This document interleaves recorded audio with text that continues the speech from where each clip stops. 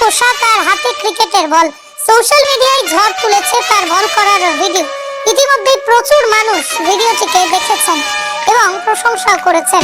Social মাধ্যমে ইতিমধ্যেই viral, তবে তার ভিডিও মন ছুঁয়ে দিয়েছে ভারতবর্ষের ক্রিকেট জগতের বড় বড় ক্রিকেটারদের। ভিডিও প্রসঙ্গে জানা যায়, সুশীলা মিনা নামে একটি 11 বছর বয়সের মেয়ে, অভাবী ঘরের মেয়ে, সোশ্যাল মিডিয়ায় মানুষের মন জয় করার পাশাপাশি সকলকে তাক লাগিয়ে দিয়েছে তার বল ব্যাট ফিল্ডিং করার পদ্ধতি।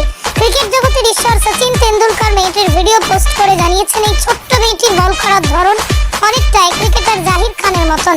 তবে কি আগামী দিনে ভারতের অলরাউন্ডার একজন মহিলা ক্রিকেটার পেতে চলেছে? তিনি আরো জানান, মেয়েটির বল ব্যাট ফিল্ডিং খুব দক্ষতার সঙ্গে করছে।